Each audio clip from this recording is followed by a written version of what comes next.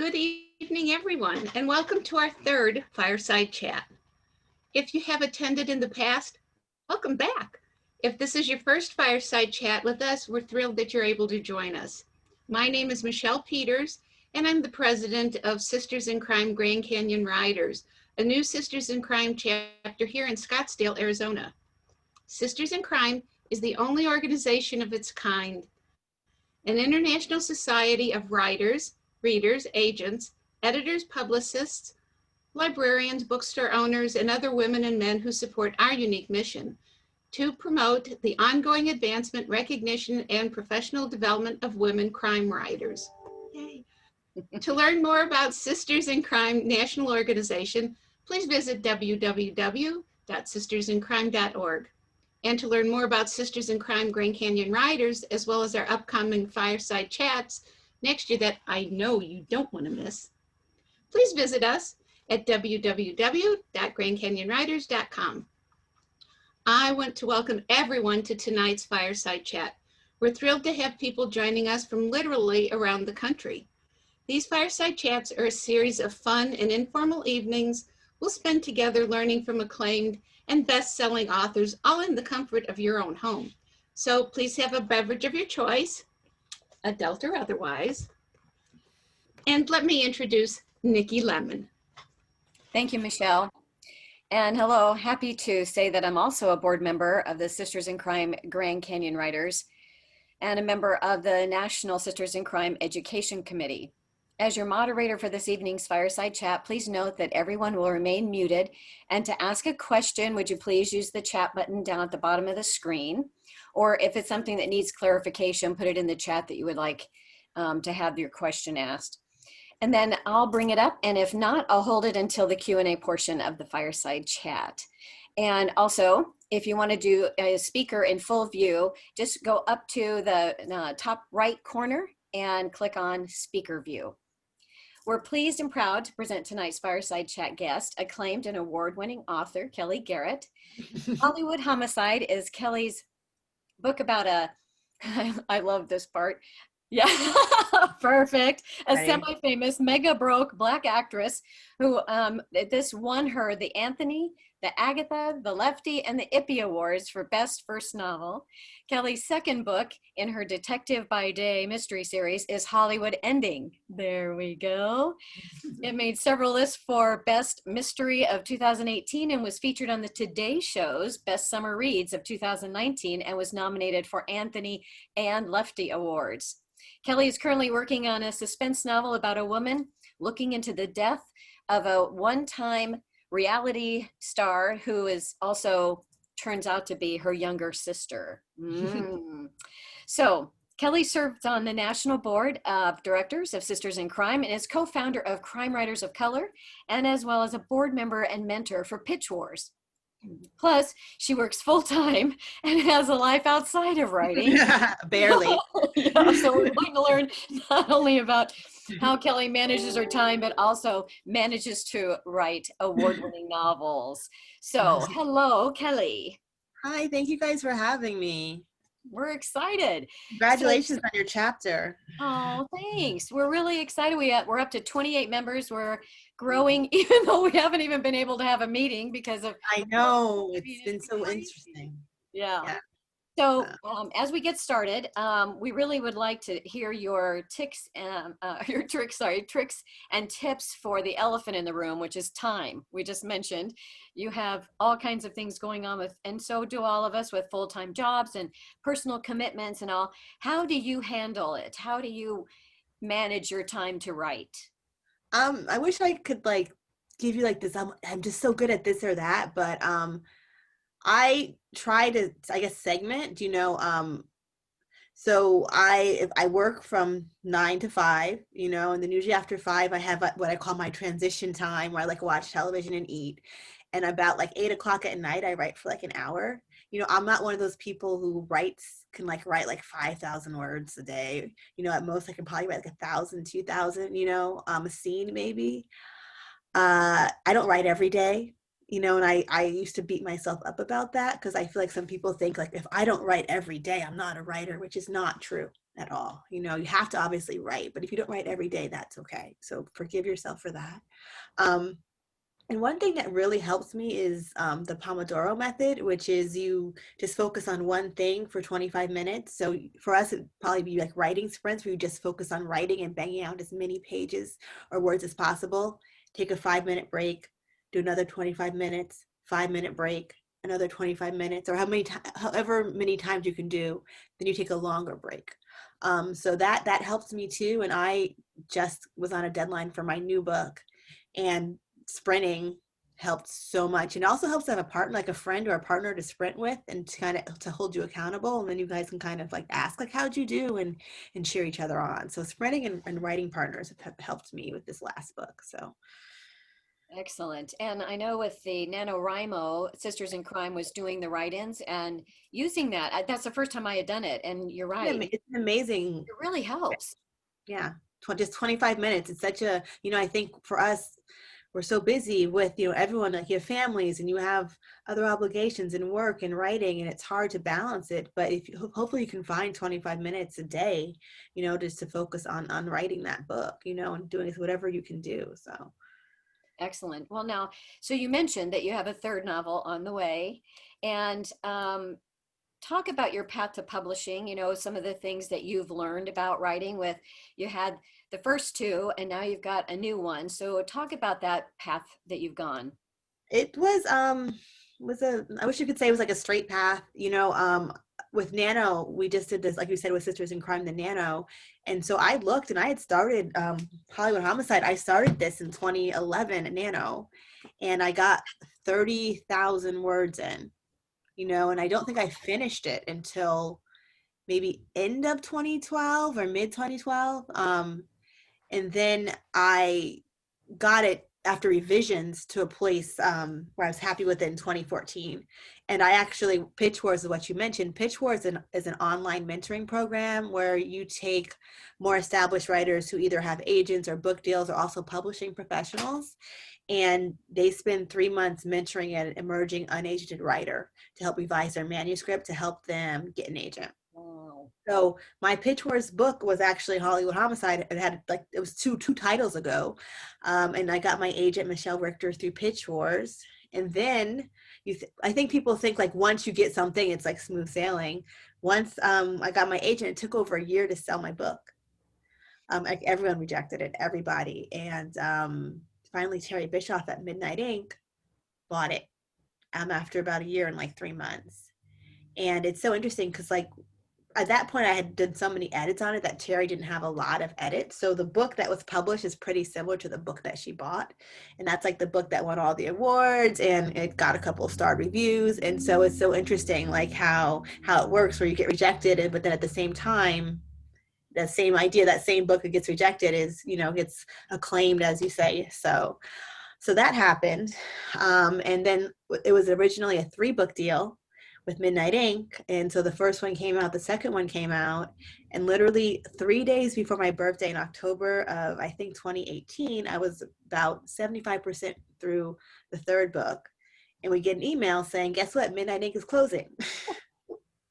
And so, so my 3rd book never came out. It's still a file on my computer, on this computer right here. It's a file. And so that was kind of like, okay, now what do I do?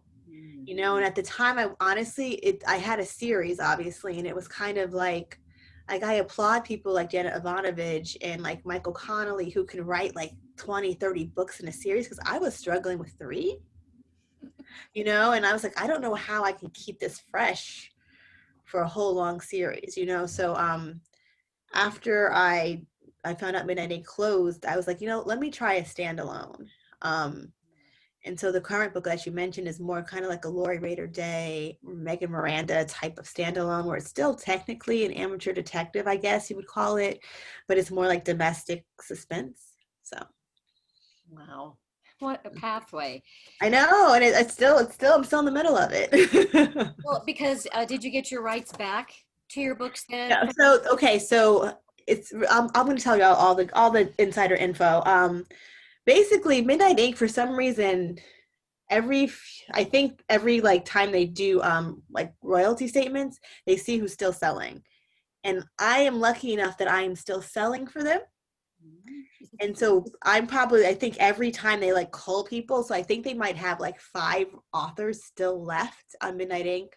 I think it's me, it's Gigi Pontian, it's Edith Maxwell, I think it's Karen McInerney, maybe one other person. And so so they still have the rights for the first 2 books, which is okay by me because I'm not like that natural born hustler who can self-publish.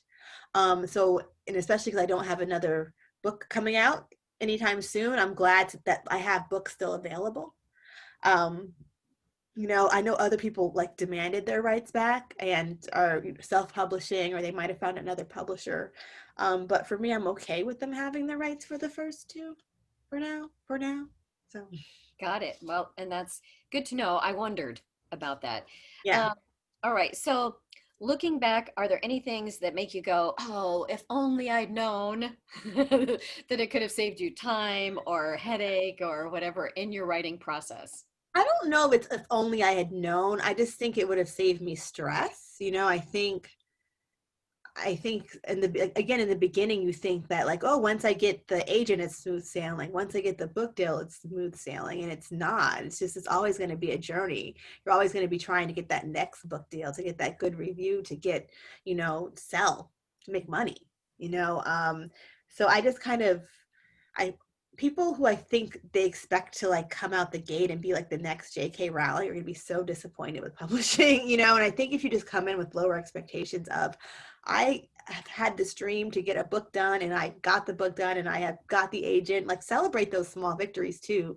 Like finishing the book's a victory. Most people cannot finish a book.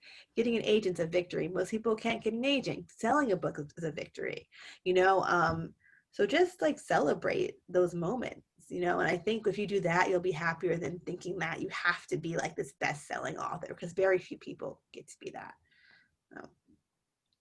So true. So some people refer to you, I love this, as the plotting queen. And Right. is it safe to assume that you do your outlines, that you really stick to that and you're not a pantser then, or?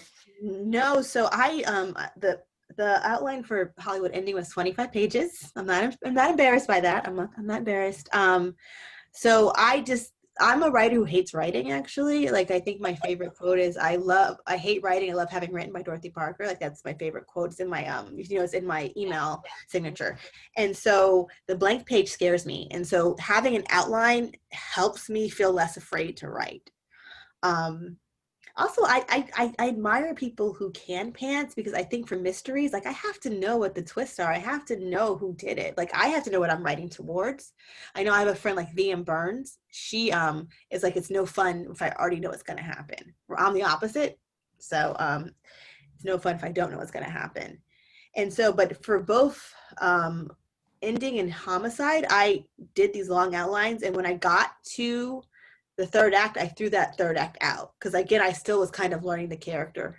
And I was like, okay, now having been with this character for 2 acts, like whatever, 200 pages, I know what I thought it was going to work doesn't work. So in a way, I don't stick with the outline. I use it still as a jumping off point, even though it's 25 pages. So. That's awesome. And that is your process to be able to get something going and keep you going through it, right? Yeah. Um, It works for me. It might not work for someone else. You get to learn your yeah. own process. And what are some of the plotting mistakes that can be avoided? Have you stumbled upon? I don't know if it's mistakes. So for me, I come from a television background, and with TV, you have a very short amount of time to, especially back, when people, they have commercials still, and even an hour TV show is only like 40 minutes, 42 minutes now. So you don't have a lot of time just to have a scene where everyone's just like, I'm just walking down the street, and every scene has to move the story forward, so it either has to introduce a character, it has to reveal some information, has to plant some information that's going to be more important later. So I think that, to me, I personally like active protagonists in my books. Some people don't, some books don't. So I like it when every scene, like I don't want to read a scene where she's just like walking down the street. I want to know what's going on and to move that story forward. So I think to me that's important to have. So, but again, that's just me. No, I think, and I like the idea of, every scene has to push it forward. Yeah. And I think today, just as you were talking about it, I thought of today's attention spans Yeah.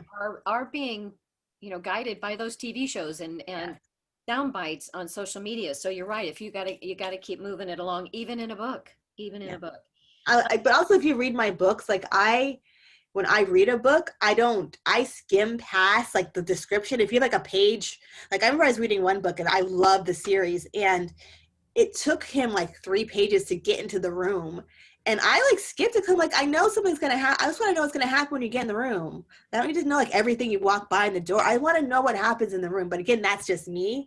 And my mom was saying, because she's like me, she's like, I like your books because you skip past that. I'm like, yeah, because I don't read that, so I don't write it. So I think some people might think my books move too fast because they like that. But for me, I don't like it, so I don't write it. Yes. And your novels have interesting titles and are about Hollywood, Homicide. So it's, about that era that you probably were working in Hollywood and all. And you have one that's called The Voice. Talk about how that came about. Because you have the character. Yeah. I'm trying to think. So for me, the character of Dana, that's the main character. As you kind of mentioned, she's kind of like a mega broke, semi-famous actress, but she's sarcastic. She's very similar to me in that way, where she's just really sarcastic and funny, and she uses humor a lot. And so I always want to try to like create characters that can be a foil to her. And there's a character named Aubrey in the book who's like a really by the book, very serious, I don't get jokes character who just drives her nuts because he does, like, she'll make a joke and he just doesn't get it, and so I kind of wanted with The Voice to have a character, especially when she's so insecure about trying to figure out what's going on with this investigation. So The Voice is the person that she calls on the tip line to get the reward money, because the book's about her trying to get reward money. And so she has to call and leave her tip. And she gets like this lady who's just so like rude and like so like lackadaisical, and is just so not excited about, like, Dana will call and just be so excited because she thinks she's found this, like, the killer.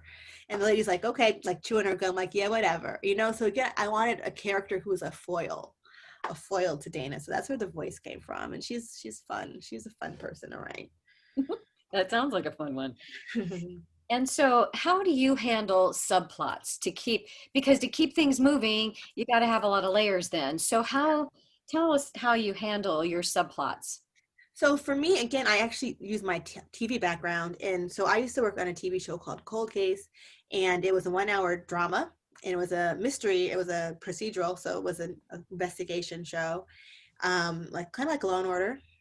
And so with TV, you usually have 3 plots. You have the main plot, which is the investigation, and then you would have like a subplot, which was usually like the main character's personal life, and then you would have what they call the C story, which is like the runner, which is kind of like a fun little story with a character who's not the main character. So for Hollywood Homicide, the main plot's obviously the investigation. The subplot with the relationship is her crush on her best friend, her male best friend, who they aren't, talking. They had a weird argument and they're not talking anymore. And then the runner is her best friend's like quest to get famous. It helps if somehow you can intertwine them, because like you say, you don't have a lot of time. So the way I did it is, and a lot of cozies will do this too, which is why if you look at cozies, the main character is always dating the cop. It's because you can intertwine the main plot with with that relationship plot, which is why it happens and it works, because you can kind of get a lot of real estate out of one scene. So for me, I tried to be cute where the love interest isn't a cop, he just plays one on TV. But he has key information that she needs to help solve her case. So she has to interact with him because she needs to get this information from him. But it's like really awkward because she does not want to interact with him because of what happened before the book started. And then with the C plot, her friend's quest to get famous, she meets a manager through the investigation. So that's how I do it. And also, it helps to have a theme if you're kind of lost. So like I was looking, the themes I had for Hollywood Homicide was breaking in, and it's trying to break into Hollywood. Dana's trying to break into being an investigator, but also I guess it's a spoiler. I don't know if it's a spoiler or not, but there's a robbery gang that's breaking into celebrities' houses that kind of plays a factor into that main investigation as well. So it always helps to kind of take, and I think if you watch like Grey's Anatomy, I haven't watched Grey's Anatomy in probably 10, 15 years, but the really, really good TV shows do that. And if you look at them, you might notice that every storyline has a similar has a theme that they kind of look at. Sex and the City would do that really, really well too, where they would take one theme and they would find 4 really creative ways to kind of explore that, both very on the nose with it, but also more like, figuratively too. So like baseball, getting hit on like that, that they might they might do that. So TV does that really well if it's a good TV show. And so I think you can kind of use that too to help you figure out subplots. And when you started with that was in your college years. Was that when you were doing the most in Hollywood area, the TV I area? was in grad school. School. Yeah. Yeah. So, and that, well, good learning. In my 20s.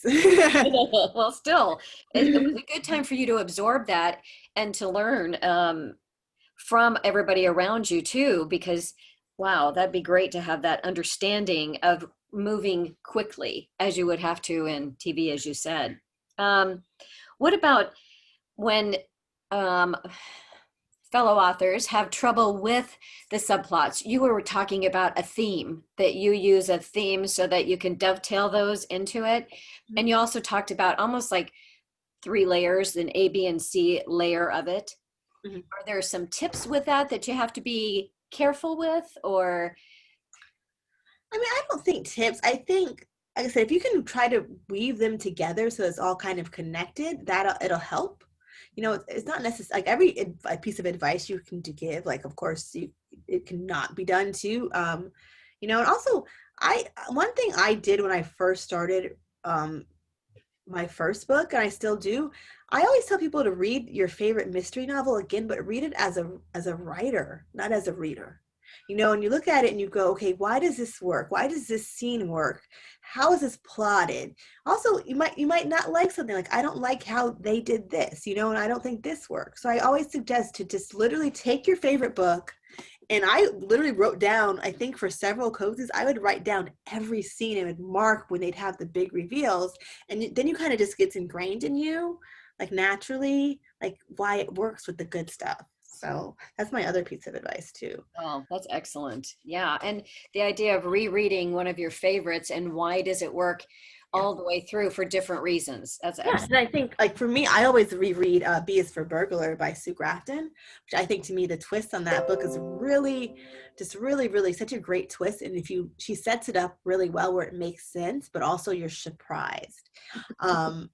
And just reading that, because she's obviously, Sue Grafton is probably like the GOAT, to me, the greatest of all time. And so just to kind of see how she does that helped me as a writer. So the Sue Grafton B is for Burglar. Yeah. That's fun. I always kind of miss the fact she didn't do Z. I really wanted her to finish. Oh, it's so funny, Nicolette. I was so concerned with like what happens after Z that it never occurred to me she wouldn't finish it. Yeah. And then to find out that she didn't, I was just such a selfish thing to say because she passed away. But it was just like, wow, like I just assumed she was going to finish it, and then I'm like, what am I going to do? And so the fact she did not finish it, to me, or that it would be discovered. Yeah, I thought they would discover it somewhere or something, but no. Okay, so what are the most challenging parts of writing for you, and how do you keep yourself moving forward? The most challenging part of writing is to just sit down and write. I hate the idea of writing, and I think that's hard. I think I'm a perfectionist, where I also have a very, like, my short-term memory is not good, so I forget that this book is probably 10 drafts. and it's gone through like, 5 before I had my agent, then another one, and so I just see this book and I think, oh, it was perfect from the beginning, so as I'm writing the new book and I'm like, why is this so bad? Why do I suck so bad? And I have to remind myself like, hey, like you've done this before and it sucked before too, and it got better because you just kept going. So I just try to, what I call the vomit draft, just throw it on the page, and then realizing that I'm a rewriter more than a writer. I love rewriting, that I can clean it up later. But I forget that. I forget that pretty much every day, every second of every day, and have to try to remind myself about that. So Yeah, I haven't heard the vomit writer. That's vomit draft. That's another screenwriting. My screenwriting teacher would say that. So oh, really? Shonda Rhimes and I went. We didn't go to the same time. We went to the same film school, and I think she says vomit draft too. Oh, that's so funny. I hadn't heard that one, but that's a good one. All right. So your first two novels are lighter mysteries, and now your new one is, you said, a domestic suspense. So why the change? Well, why did you decide to switch? I think the idea of writing a series, I just didn't appeal to me at just for the long-term elements of it. I was starting to read more things like Megan Miranda and Laurie Raider Day. And I really started enjoying them. And I felt like, unfortunately, they're not very diverse. It's that genre. I'm sorry, my package delivery notes are going off. That genre is not very diverse, and I think there's reasons why it's not very diverse. But I was like, I want to write a domestic suspense novel with a Black girl, and I think it's different. It's going to be different with a Black person or person of color, period, than it would be with a white person. Honestly, if I lost my baby or left my baby in the house, I'm going to honestly be treated differently than a white woman would be. That's just being honest. And so I want to kind of see if from a perspective of a Black person, it's not about families and babies. It's about sisters versus a couple or kids or something like that. But I wanted to kind of explore it from that Black perspective, which you don't see a lot. So. Interesting. Okay. And when you make a shift like that, what are the pros and cons that you've found? Because as you talked about your two light ones before, and now you've got a heavier one, what are some of the pros and cons to that for you as a writer? I think with a series, you've done the character work of your main characters and you know them. I knew by book 3, which is that file on my computer, I knew what Dana would do in a situation. I knew how her friends would react. I knew what her backstory was. At the same time, that also I felt like stuck in a corner. I mentioned the character of Aubrey, who is very serious, and he doesn't even he doesn't even talk in contractions. He talks, I am going to the store. That's how he talks. And the first time I wrote, I thought I was being cute, and it'd be hard. It was hard to write him by book 3, and with series, I would make the same jokes every book. And I was like, wait, I think I've made this joke before, and so it was just hard by the third book to keep it fresh while still making it feel like a detective by day novel, so I was excited to kind of basically have the whole world be my oyster, if you will, again. But it also meant that I had to learn this new person and how she'd react. And I would find myself, I was writing a scene, and I was gonna have her have to do all this crazy stuff to do the scene, and I thought no, that's a Dana book. This is not it's called Like a Sister. This is not what Lena would do in this book. So sometimes I had to get out of the Dana mindset and this is it's still a fun book and a funny book, but it's more serious. Whereas I consider my series to be a silly, funny, silly series. This is a more serious book. So just trying to get out of that mindset can be hard sometimes. So That's interesting. Do you like writing this genre now? I mean, because they are different, do you like this, or do you have another genre that you might want to try? I do. I think I always want to write crime fiction. That's just what I read. I don't see myself doing something super thrillery, like Spy or anything like that. Maybe I will though.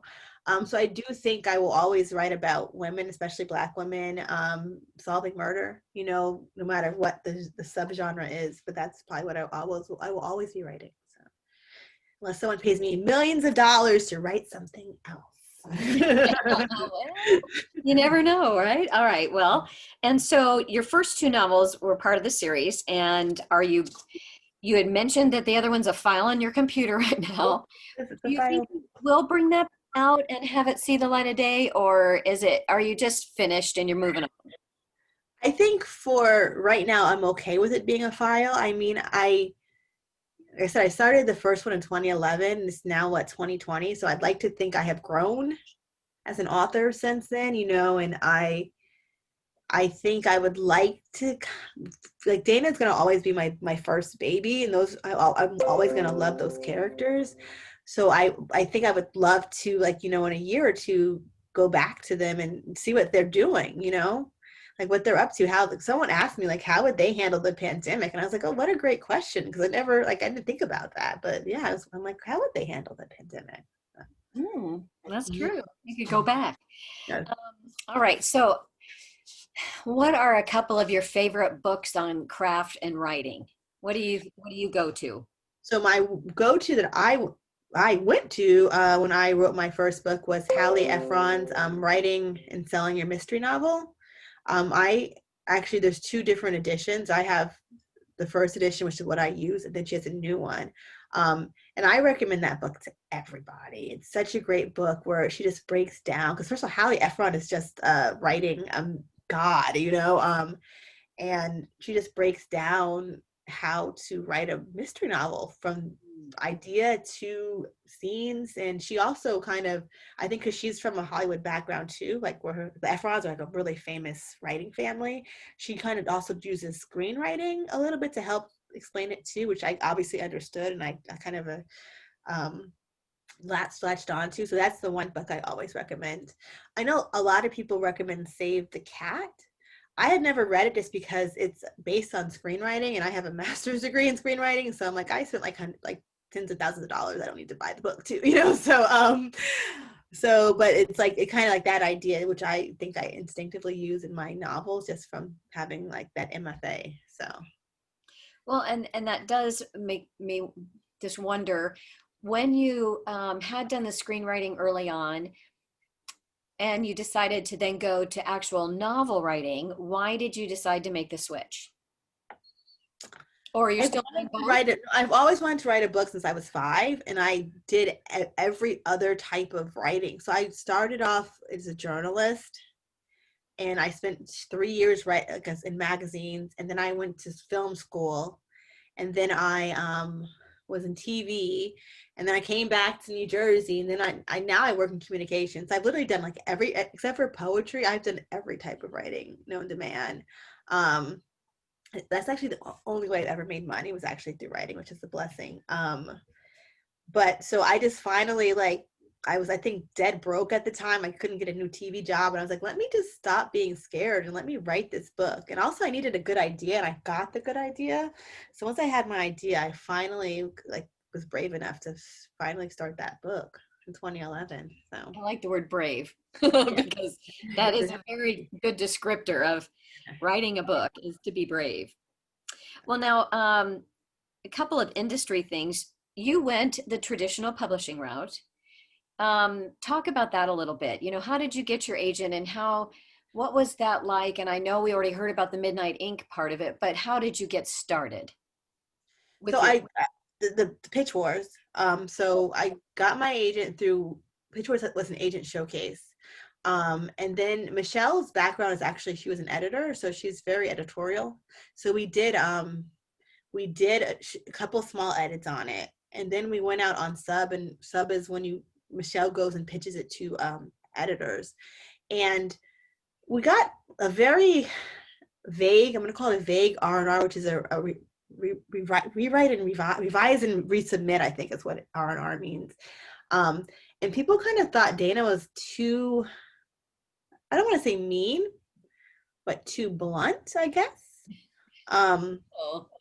And so I did a pass, and they also thought, because the original book, she only she was trying to solve it just for her own money. And so I did a pass at it where I gave her parents about to lose their house to foreclosure, so she has a more legit, unselfish reason to be solving this. And then I gave like all her really mean, blunt lines to her friend Sienna. So they're still in there. It's just that so Sienna has all the fun lines. So Dana's a little bit, I don't want to say nicer because she was always nice, but she's gentler. I'll call her a gentler character than what she originally she was. So. And now, do you still have the same agent as well? Yeah, we've been together since 2014, so 6 years. Nice, nice. And then you're paying it back by being a part of Pitch Wars. Yeah, I have been a mentor since 2015. Kristen LaBianca, who wrote Last Place You Look, which won the Shamus, that was her Pitch Wars novel, and I mentored that. Wow. Mia Manzala, who Arsenic and Adobo is coming out next year, she was my mentee in 2017. Mary Kilikoa, who's God, what am I blanking on? Derailed came out in 2018. That was my mentee, and that was her book in 2016. Suzanne Park, who's got 3 books coming out the last couple of years, was also my mentee in 2016. My mentee from 2018 has a book coming out. So I've been blessed where I've had some really talented mentees who all have agents and book deals now. Christina, like she submitted to me one year, and I really enjoyed her work. So I really enjoy it just to give back, but also to like meet other people in crime fiction, other authors, and even though I've been, I guess technically I'm no longer a newbie, in my mind, I still feel like I'm a newbie, so. Right. And with that in mind, with the business, since you've been in and out of a bunch of different arenas within the business, writing business, what are some of the things that you wish you would have known starting out? Was it just the journey anyway, or did you have some things you would go, wow, if I'd only known that when I was starting? I don't know. From a really strange, non-novel writing aspect, so I work in communications right now, and I work at a corporation, and I didn't know that you could write for a company like 20 years ago. I would have made a lot more money from the beginning. So I didn't know that. But I'm trying to think if there's anything I wish I knew, I just wish I wasn't afraid. Oh, good point. Yeah, So maybe that is the point. Yes, Yeah. not to be afraid. There's that brave thing again. Okay. What's the process that after you turn your novel into your agent, you just mentioned before that, did your agent start with you with giving you some ideas first after reading it and all? Did she start there first, or did she just go straight to trying to get it? So now after 6 years, it's funny, I was actually forcing her to help me brainstorm a couple days ago. And so I will run ideas by her, because if she doesn't believe in it, she doesn't think it can sell, I'm not going to waste my time writing it, so with like a sister, the one that I'm working on now, it's based on a real life case of a woman named Lyric McHenry, this Black woman who was kind of Hollywood royalty, grew up with like Magic Johnson. Her dad was like a famous Black producer who did like Jason's Lyric in New Jack City. She was partying it up in downtown Manhattan for her birthday, and somehow ended up dead in the Bronx from an overdose on the side of the road by herself. And the question was, how did this woman who's literally like Hollywood royalty get from living it up in Manhattan to dying in the Bronx by herself? And so that just fascinated me. And I was just kind of like, I would love to write about that. And how can I figure, what could I do? And so I was walking down the street and I said, oh, she was up there to visit her estranged sister. And so that's when it clicked for me. And then that's when the idea came. So the POV of the book is from the estranged sister trying to figure out, why was my sister up here at 4 a.m. trying to visit me and died? But I went to Michelle and I said, this is the idea I have. What do you think about it? And she loved it. So I went off and I wrote it. And then I sent it to her for her notes and her feedback. And then I did another pass at it. So I don't write anything without running it by Michelle first, and even I had a new idea I was kind of talking with her about, and I was like, what do you think if I do this, if I have this 2 POVs and I do this and that? And so she she was giving me her thoughts. So like that's where I'm at the point now, just because that's where I am in my career.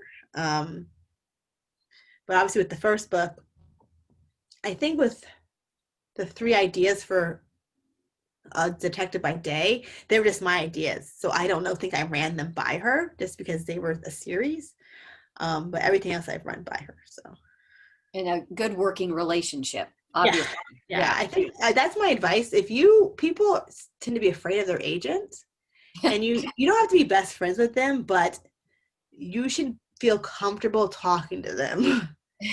Right. And a lot of people aren't, like, they're afraid to talk to their agent, and it's like it should be it should not a friendship, but it's a back and forth. I mean, technically I hate to say they work for you because they make so little money, especially like they're working free basically, but like you should be able to advocate for yourself with them and be comfortable to say, hey, this is my issue, what do you think about this?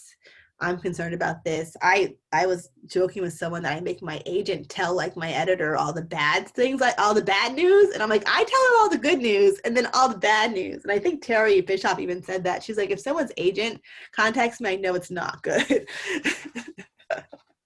That's good. I like it. So what's your favorite part of the process then, as you just described there's a lot of moving parts. So what's your favorite part and what's your least favorite? I like rewriting. I like to make it better once it's on the page. I don't know. I think the initial draft, it's painful for me. I think one thing they don't tell you too is like when you read your book so many times, once you sell it, like there's line edits, there's developmental edit, there's copy edits, there's page proofs, that you get sick of your own book. Like we sold Hollywood Homicide's audio, so I listened to it like earlier this year, but I hadn't even like read or thought about Homicide in like 3 years before that. Like people have to remind me what happens in the book because I forgot. I forgot it, and because I was just so sick of it after having to read it so many times. I can understand. Yes. All right. Well, let's go ahead and take some questions, because thank you for going through a lot of information about it, and see what kinds of questions we have coming in from the group. Okay, here's a first one. All right. You mentioned, oh, this is funny, your personality sometimes comes out on your characters or within your characters. Is that on purpose? I'm just sarcastic. It's hard not to be.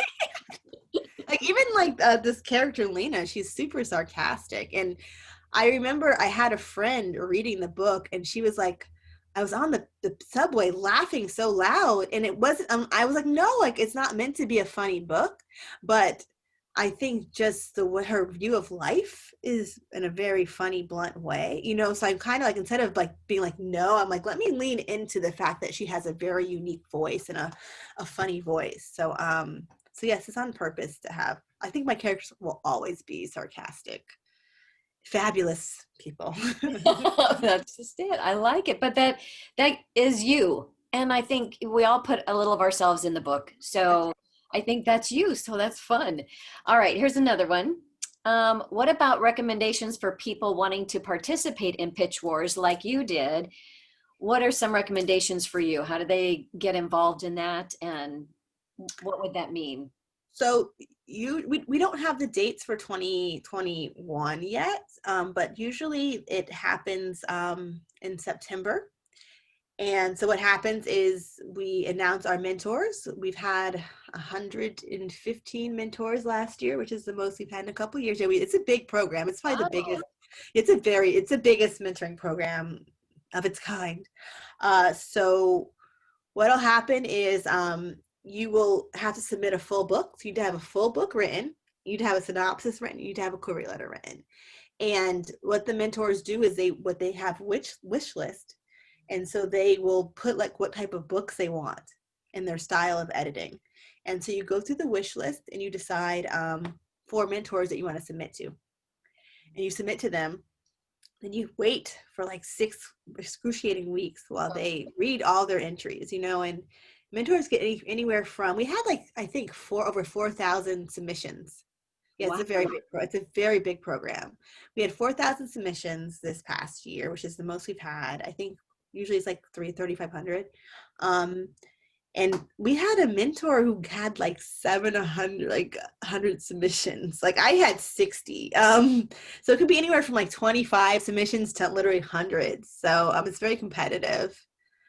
And you get chosen. But the great thing about Pitch Wars is not even just getting chosen, it's a community. I know I saw Irene Reed was in the comments. And so she's a mentee from, I think, 2018, 2017. And it's just the community. So if I were you, I'd go on Twitter and go on the hashtag, which is Pitch Wars, and kind of just meet people and support people, and make that connection, because it's the community. It's finding critique partners. Like everyone needs notes on their book. I bet you like Walter Mosley's got to get notes on his book. Laura Lippman gets notes on her book. So J.K. Rowling gets notes on her book. So you need to have people who you trust to read them and give you feedback. So, Well, of those, when you say that of the thousands, how many are actually selected? Did you? 115. 115. Yeah. Wow. So it's very competitive, but if you Yes, people get. It's so interesting because people get afraid to submit, but it's like publishing is competitive, so you just do it. And I have people who like they won't submit to certain mentors because they think they'll get a lot, and it's like, no, submit to the mentors you think will be a good fit for you. So excellent. Okay, when do you think your new novel will come out? I don't know, we have to All right, moving along. I finished it on Monday of this week. So it'll come out. If it does come out, it'll be a long time. Gotcha. Okay.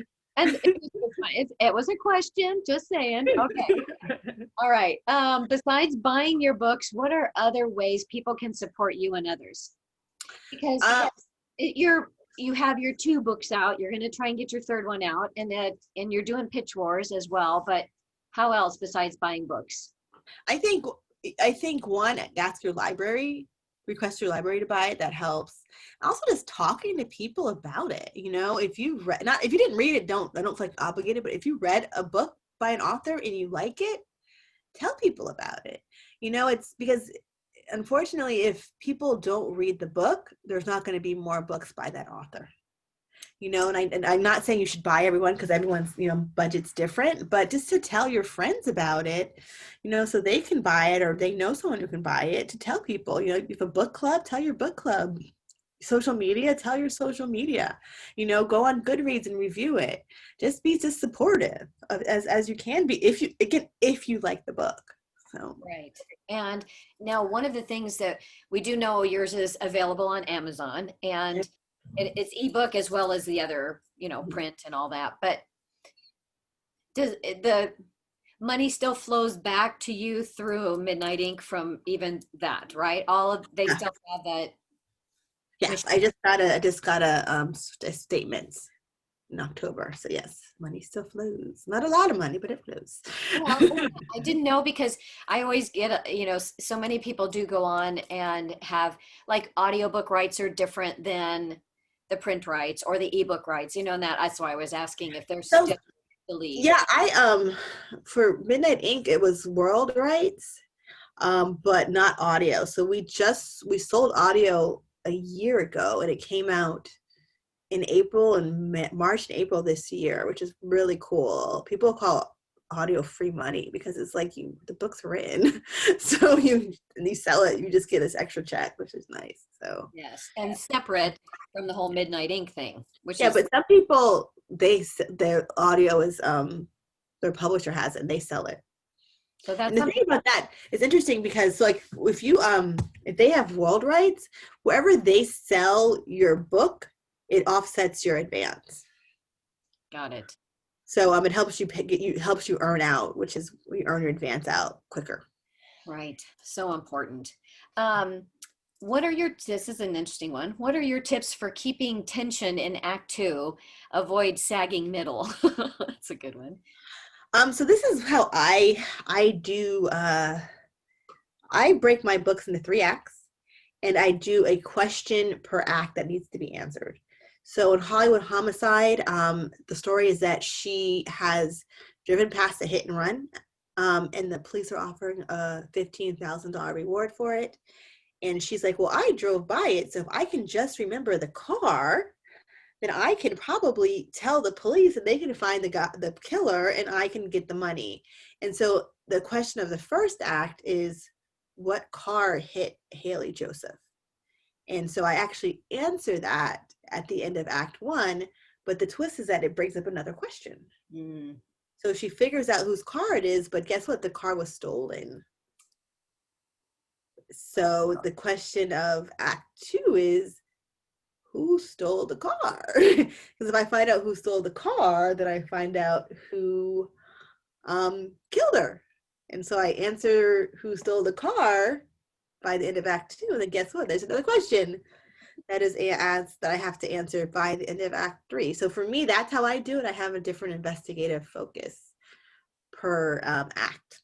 So Okay, interesting. And always leave them hanging from the first one to the next, yeah, right? you also have to me, you want to have a twist, some kind of big twist. I'm such a twist person.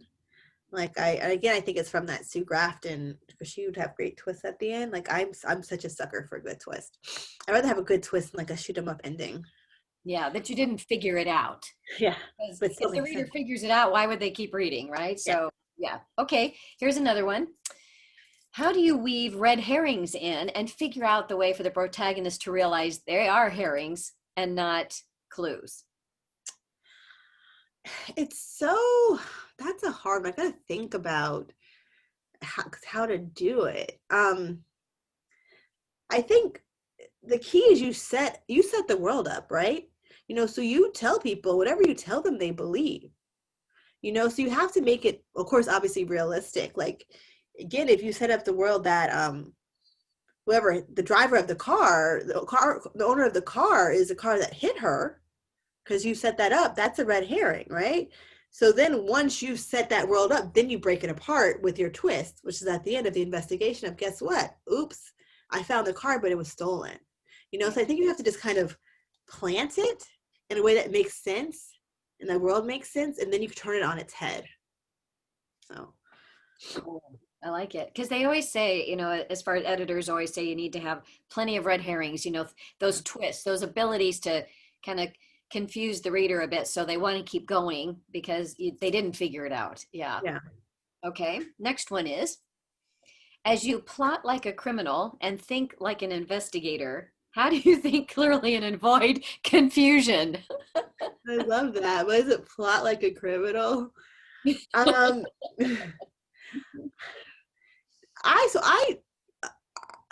don't write my books. The first one was Amateur Detective. The second one, she's technically a apprentice PI, but she sucks at it. Well, she doesn't suck, but she's learning on the job. And so I tell my mentees this, what's the common sense thing? The next step, Nicolette, if you found out that this, I was driving the car, what's your next step in the next scene? Are you gonna go see me, right? Or what are you gonna do? Are you gonna try to find proof? So I try to think this a common sense of what's the next step. And I think people make the mistake because you personally know what's gonna happen. If you're an outliner like me, you're a plotter, you know what's gonna happen. So sometimes you kind of don't always put it on the page, or you telegraph it because or you make things happen not because it's common sense, but because you have to make it happen for your book. And I think that's a common mistake a lot of new writers do, where they have the character do something not because it makes sense, but because they have to make it happen for the book. Right. To get to whatever their reveal is, or whatever their twist is, or their red herring is. So really good point. Yes. Were you actively involved in the audiobook process? Because when you said you had to listen to it again, so were you actively involved with that, or is it just they do it and you listen to it and go, okay? So I was lucky. Where technically two companies wanted the book, and so I was I said, the only thing I really want is I want to make sure that the author, the reader, is a Black woman. And they're like, oh, sure, that's no problem. And so they gave me some names of people And I chose Bonnie Turpin, who's like a really probably like one of the most well-known audiobook narrators, period. But especially for Black women, she did like Angie Thomas. Any major Black book that has come out with a Black woman protagonist in the past 5 years, Bonnie's probably the voice behind it. So I was lucky where I was like, what about this person? They're like, okay, sure. And she did it. I was surprised she said yes. So she did it. She did an amazing job. So I was involved in that way, but I wasn't like super involved in anything else. So. Well, and that's interesting because most of the people on here may not have audiobooks and they're still working on their first book or whatever. To hear what the process meant for you is really interesting. So, but I think it's because, again, I had my rights. I know I have friends who have sold their books, who their publisher sold their books, and they didn't have a say over their narrator. Their their audiobook. Yeah, because they didn't have the rights, their publisher did. But because I had the rights, I was lucky where I can kind of be like, I want to make sure I have a say in this. So, but then some people do. It just depends on the publisher and whatever's going on. Now, that same thing that just begs the question when you said that, what about screen rights? If you wanted to have her be a TV show. That's separate. I've only heard of one publisher who tries to take parts of screen rights, which honestly is not, they shouldn't do that. But most publishers don't have any, you keep your screen rights, your TV rights. They would love for you to sell it because it helps them sell more copies of their book, but they don't keep rights. Like, I've only known one publisher who tries to take a piece of rights, and most of us are like, no, that's not a good idea. So. But would you like to see her on on TV? Having come from screenwriting, I don't think I'm as important to me as it is for other people. I would like to, because it pays really well and you get extra money and it's free money, but I don't need to see Dana on TV. I've had my TV fix, so. Okay, I just wonder because she sounds fun and she's sarcastic. She does sound like a fun person to be able to, be solving mysteries. So that's why. Yeah, if someone wanted to offer me screen rights, I would definitely take it. But it's not like, some people like that's like their dream. It's not mine. So. Right. Okay. Catherine was similar where she, you notice there's never been a Kinsey book, and that's because she has a screenwriting background and she was over it.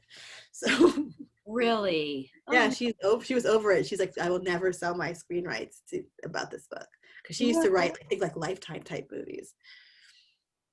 Got it. Isn't that interesting? Because they're probably so formulaic at a point that's not where she wanted to go. Well, also, I don't think, especially back then, you didn't have any control over once you sell it, they could do whatever they wanted. If you think about like Sarah Paretsky, there's actually a V.I. Warshawski movie with Kathleen Turner, and Janet Ivanovich had that one for the money with Katherine Heigl, and I love, like, Janet Ivanovich. I love the Stephanie Plum books, but I didn't think any of those people in they looked like what I envisioned like Ranger to look like, or Stephanie or Morelli.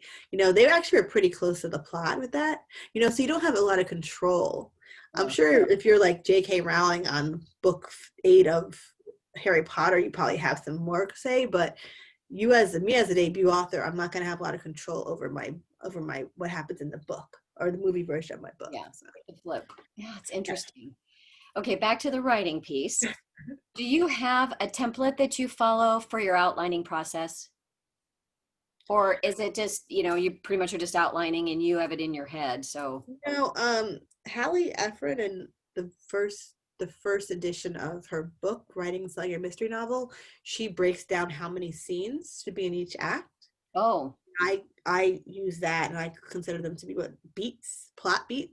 And so that's what I use. I'm like, okay, I have to have about 26 in this one, 24 in this one, And so I sometimes there's more, sometimes there's less, but that's what I use as a basis. And I have my mentees use it as a basis as well. So yeah, I do. Well, and I've seen it in the chat that people are saying, they really like her book as well. So that's a good recommendation. Okay. Now, other than sight, what other senses do you use to create atmosphere with? Gosh, I wish I had something. I wish I was like that. I'm not that author. I wish I was that author who it's like, yeah, it smells like this, and it like I don't even describe people for like, I'm such a plot heavy author. So I'm sorry. I wish I had something exciting to tell you guys at that, but I don't. Like, I'm just not that author. Because they always say, do more show than tell, Yeah. and all that, and all the five senses. And so I think that's, Yeah, if you're looking for a book that's going to make you feel like you're in that room, like you're not going to be happy with my books. Or if you want a book that's going to make you laugh and be surprised a couple times, and it moves along. yes, Right. very quickly. Yes, got it. All right. How long is your revision process? Do you give yourself a timeline to finish, or because you're working full time and everything else, you just when you get it done? Um, if I have a deadline, I think it's different when you're writing for yourself, and then when you have a book deal, you have a deadline and you have to make it because you have a contract. So it just depends on what time I have, because I would take forever if it was up to me. I would literally take forever. But when I have a deadline, I make it. I think with this last revision process, it took me 3 or 4 months with this last one for like a sister. So That is. Um, someone says, thanks so much for saying you don't have to write every day. Heard Walter Mosley say you must write 2 to 3 hours a day, and not everybody can. no. So first of all, one of the really cool things about where I am right now is I'm actually like friends with Walter Mosley, like to the point where like if I call him on the phone, he would answer. And like I even said it to him. I'm like, I don't like to write. And I appreciate that he loves it that much, but I just I don't like it like that, and obviously it's going very well for him. Yeah. I think he's like 30 books plus, but Oh, really? Oh, he's probably one of the most prolific authors, period. He just got the National Book Award. He's had like several series, several standalones. But he just loves writing every day. That's great, but that does not, maybe if I didn't have a day job, and if it was my full-time job and this was my sole source of income, I might you press look on. at it differently. But Walter he loves writing. Like he loves writing, and I don't. So And that's interesting because at 30, that's just, it's amazing to think that someone can pound them out like that. I mean, and that's, he started writing at 34. oh, full time. Full time. No, I think he started his first book at 34. But I'm trying to think of what he said. I think The Devil in a Blue Dress came out in 1990, and it started off as a short story called Gone Fishing. It wasn't even a mystery, and he couldn't sell it. They didn't want it, and maybe it wasn't a short story, but he tried to sell Gone Fishing, and they were like, no. But he took the character of Mouse from Gone Fishing, and he made the Easy Rollins book, and that one he sold it, and he was working like in IT or something like that, and it blew up. Like it's like Bill Clinton's favorite book, and he ended up going full-time after that, but he was not full-time when he first started. But again, he was in his mid-30s. yeah, young and able to, really, I think the energy level too, when you're younger, you can really focus and do that 2 to 3 hours and all without having all the other things you got to do in your life. So I see how he started. That's interesting. All right, here's one. What are pros and cons to agent searching? How do you know if you're making the right choice? How did you know, Michelle was the right choice? I think I would suggest that you see who their clients are. If you have a favorite author, like just if you go to like a bookstore, well, not now, but I used to go to bookstores and I would go to acknowledgments because authors always acknowledge their agents, Right. always. And you kind of see it. You kind of can see who, like you might see like a certain agent represents like Bookends. Jessica Faust represents pretty much so many cozy authors, And so I would look for people who have books similar to what you're doing and submit to their agents. I say don't have a dream agent though, because in your head you're gonna be like, oh, like you're gonna create this like fantasy, like Santa Claus fantasy of what they are, and it might not be. Your dream agent might not be the person you even know exist. So I would start with the ones you are your dream agents, and then kind of expand from there. And then if you do get an offer of rep, talk to them on the phone, and again, make sure you feel comfortable talking to them. don't be afraid to ask them hard questions. Like, if my book doesn't sell, what happens? Because some agents, unfortunately, are one and done. How many rounds are you going to do on submission? Because some agents will just send to like 10 editors. And if they all say no, it's like, well, I'm done. Whereas like when I said my agent, I was ready to give up probably within 9 months, and she was still trying to find people to submit my book to. So Michelle is not a one round and done, so you have to kind of find a person who's going to work the same way you want to work, and I had a friend recently, and he was upset because his agent was like, I'm done after 1 round. And I was like, well, did you talk to her about that before? And he's like, and I'm like, I told you should talk to her about that before. And I think people are so afraid of not having, like, the agent saying, oh, I changed my mind, which is not, it's not going to happen. And they always say having a bad agent is worse than having no agent at all. So. Okay, good to know though.